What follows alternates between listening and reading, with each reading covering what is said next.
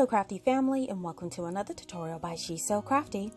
For today's DIY project, we will be creating a wall decor piece inspired by an item that I saw online at Kirkland's. Now this piece provided the perfect challenge for me and I was so excited to recreate it. Now for your convenience, I've provided the list of supplies and tools that I used to make this project in the description box below. Now before we start, I wanted to say hey, and welcome back to my awesome subscribers. Now if you are a new visitor to my channel today and you love to create fun and easy DIY projects on a budget, be sure to subscribe, hit the bell, so you will be the first to know when I have a new project to share.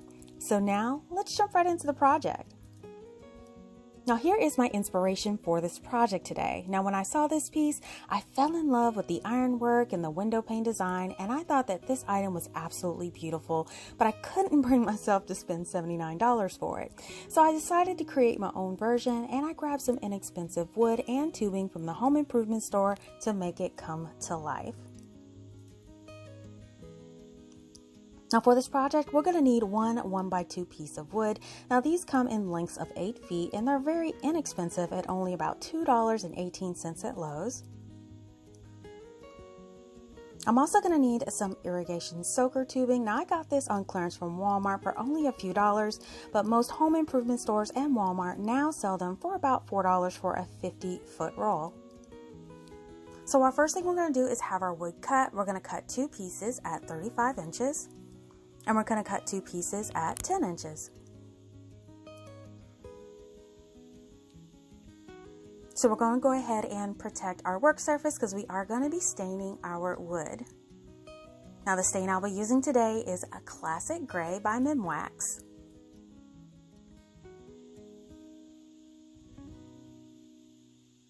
So we're going to start with some pre-mixed stain, and we are going to start staining our smaller pieces. Now I'm going to be staining the front and the sides of the wood pieces, just making sure I get a generous amount of stain worked into the wood. Now we're not going to be staining the 2 end pieces because we will be joining those with adhesive, but you do want to make sure all the other surfaces are stained, and staining the back is optional.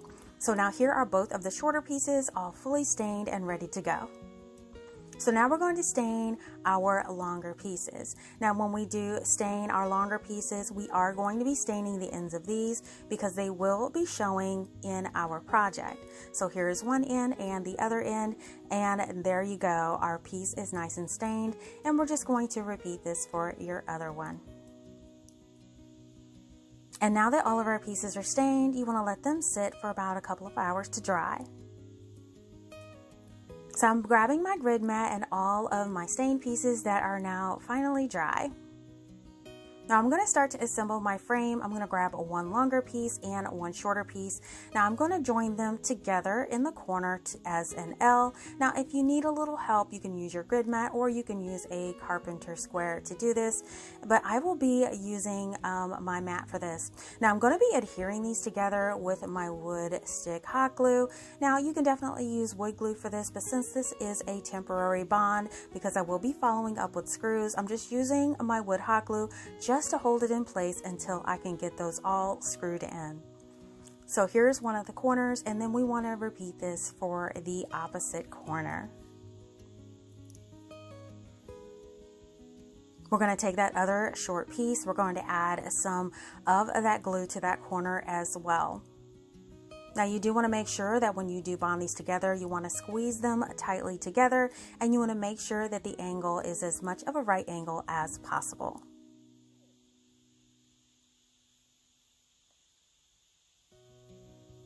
So now that we have those ends there, all we have to do is close in our frame with our other 35-inch piece on both sides.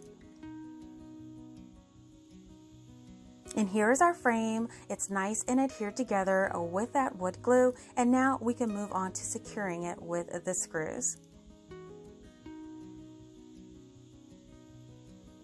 Now before we add screws, we definitely want to drill pilot holes, so I'm using a 7/64" drill bit, and I'm going to drill into the side of the frame with the screws. Now of course, if you have a pocket hole tool or a brad nailer, you can definitely use those methods, but I'm trying to provide an easy way for you all to do this with basic tools. So once all your pilot holes are drilled, you want to grab some screws, and I'm going to be using some number 8 2.5-inch wood screws. And then we're just going to add one screw into each one of those pilot holes, and you just want to drill it in until it's nice and flush with the surface as shown here. You're going to repeat this all the way around your frame, and here are all of those screws in place. Now, even though these screws have a brassy finish, they do kind of blend in, but you can always touch up with some gray acrylic paint if you would like. So now that our frame is nice and solid, we're going to flip it over with the good side down and start working on the back.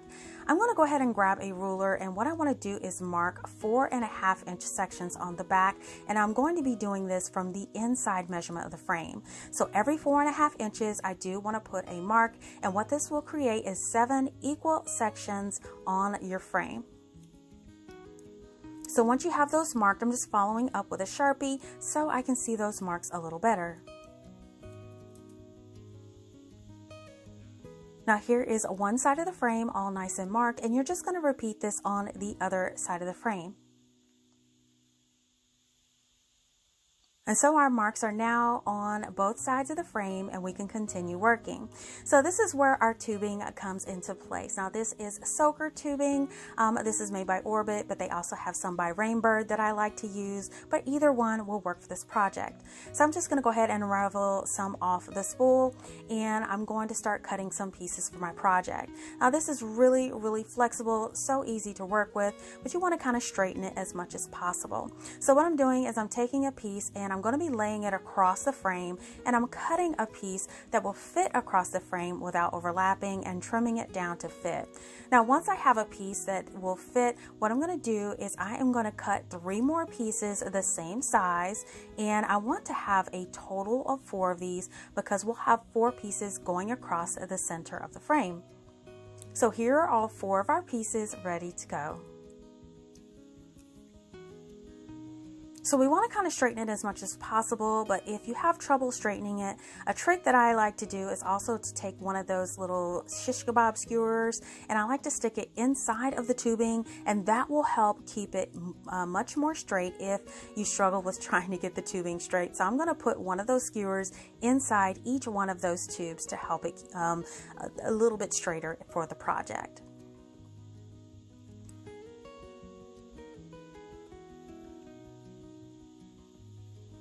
So now we have all 4 of those pieces ready to go, and we're going to go down to our second 4.5 inch mark, and that's where we're going to lay across our first tube.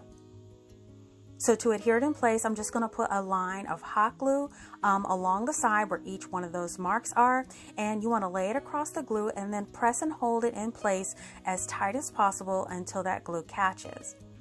Now once that glue catches, we are going to follow up with a staple gun. My staple gun has 3/8 inch staples in it, and I'm going to add a staple into each side to make sure that it's nice and secure. And so now that that's done, we are going to add another one on each one of those marks all the way down until we have 4 in a row. And here are all 4 of my pieces on those marks, all stapled in and secured.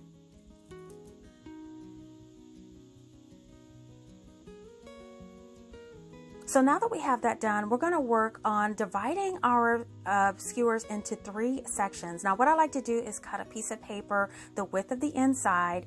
I like to fold it in half and then fold it into thirds using that half mark as a marker.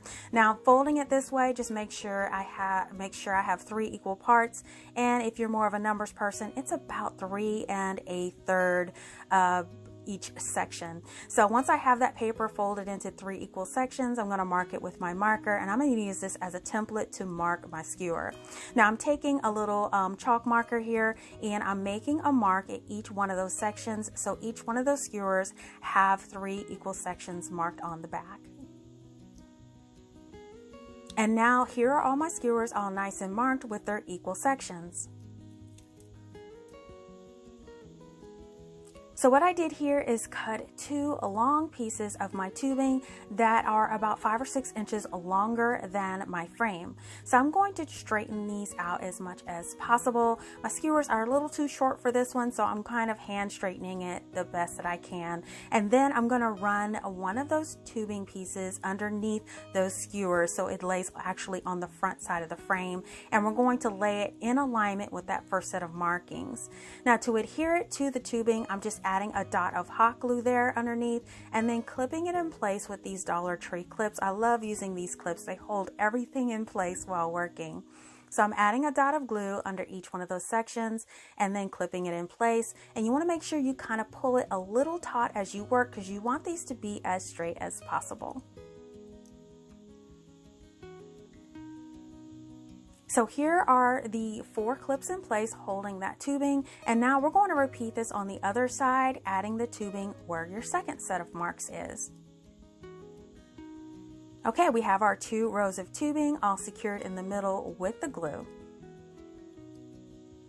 So while that's holding, we're going to work on one end of our frame, and this is where our tubing starts to go up at an angle. So where it will actually end up on the side of the frame is about 1 inch below that corner. So what I'm doing is making a mark with my pencil where my tubing will lay. So I'm just going to kind of configure it until that angle and the angle that the tube is going I'm happy with, and it looks more like my inspiration piece. And I'm going to cut off all of that excess that overlaps the edge.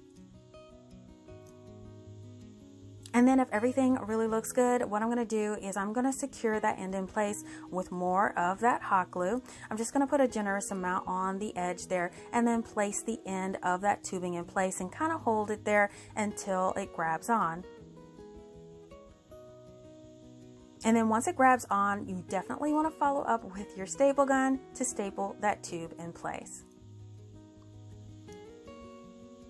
So we're going to go ahead and repeat this for the other side. Now we're just going to kind of use the first side as a guide. We want to make sure that they mirror each other. So I'm just adjusting my frame so I can get a good angle here. You want to make sure that they look alike, and then once it's good to go, definitely add your glue and follow up with your staple gun to secure that end in place.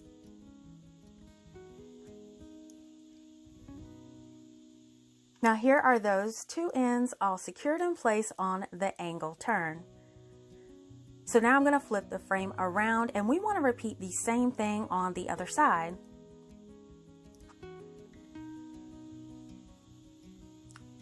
And so now that's all done. So now it's time to add the other part of the angle. So I cut 4 tubes, just a little longer than the outside once matched up in the middle. And these will create that little piece that flares out at the very end. So in order for it to fit properly, I'm going to cut the bottom of the tube at a sharp angle, almost to where the end of the tube is at a point. Now this would help it sit flush against the existing tubing in the center and almost look like one continuous piece. So here is that cut here, and once you lay that against an existing tube, you'll notice it kind of blends in and it'll flare out looking like one tube has split into 2.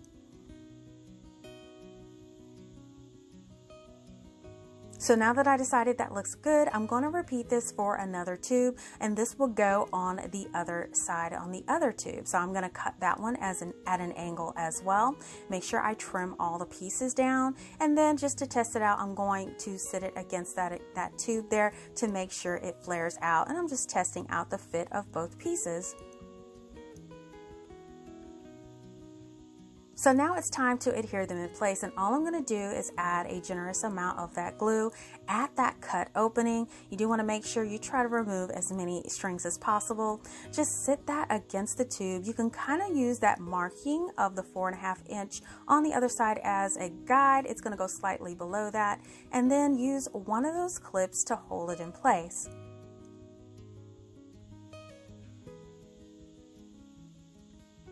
And then once that's there, we're going to add some glue to the other side. We're going to add a generous amount, and we want to place that next to the other tube. Now you just want to make sure those ends do cross in the center.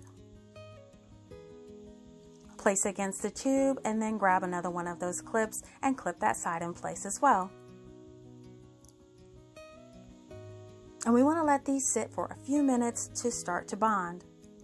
So once they've sat for a little while, we can start working with those loose edges of the tubing. What I'm going to do is just do some adjusting at the top. I want to trim them down and then glue those in place. Again, I'm just doing this by visualizing the inspiration piece and then making sure that it kind of matches the design, adding that glue, securing those ends, and stapling those in place.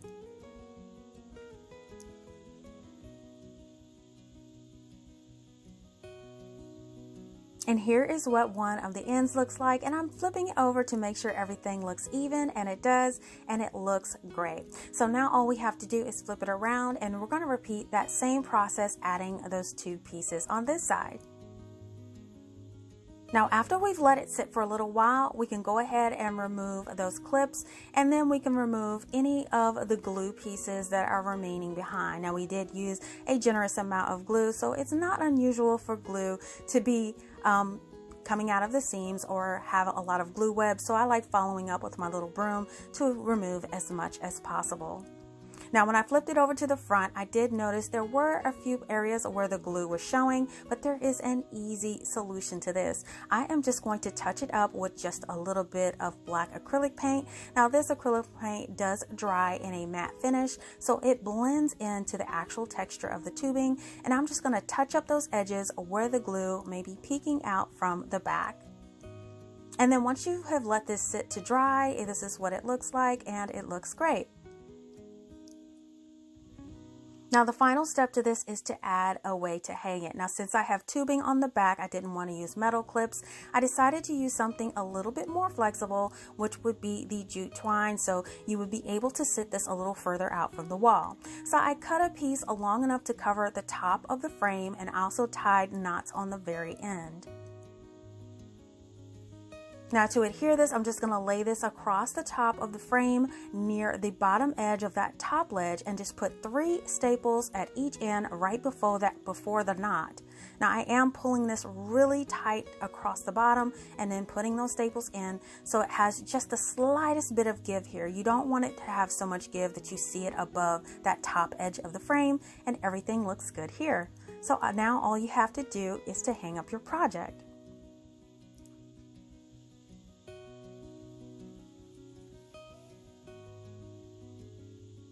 And now here is my project compared to Kirkland's inspiration project. You guys have to let me know what you think. So I've gone ahead and placed it on display, and I really love the beautiful design of this piece. Now I absolutely love working with the irrigation tubing in my faux iron projects, and I hope that you all give this project a try. Now I'll be sure to link more tubing DIYs in my description box below. Now if you like videos like these and you don't want to miss the next one, make sure you're subscribed by clicking that subscribe button below, or just click on my She's So Crafty logo on your screen and hit that bell to be notified when the next DIY goes live. Thank you so much for watching, and I will see you all next time.